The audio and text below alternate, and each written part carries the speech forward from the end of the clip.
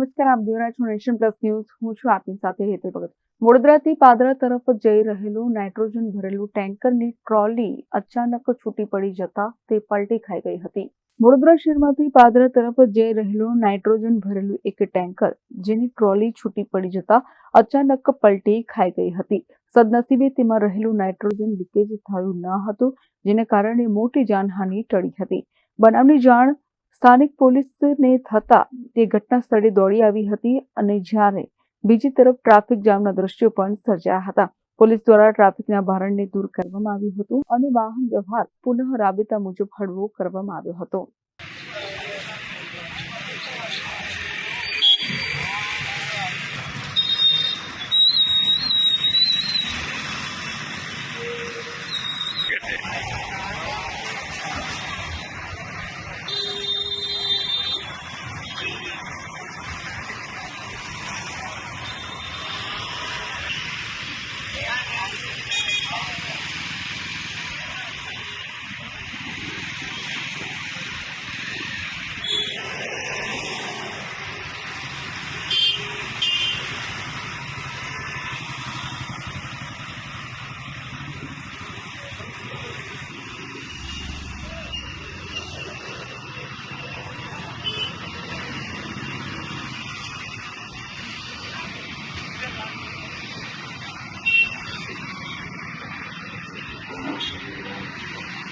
અટલાદરા સ્વામિનારાયણ મંદિર પાસે Atladara main road છે.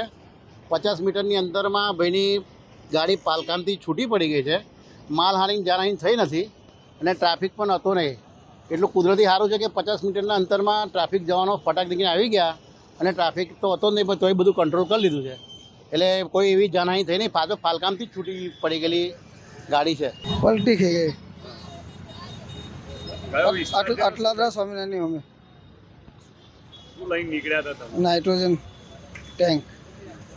કેમેરામેન નવનીત પ્રવીણ સાથે સત્યમ નવાશકર, નેશન પ્લસ ન્યૂઝ, વડોદરા.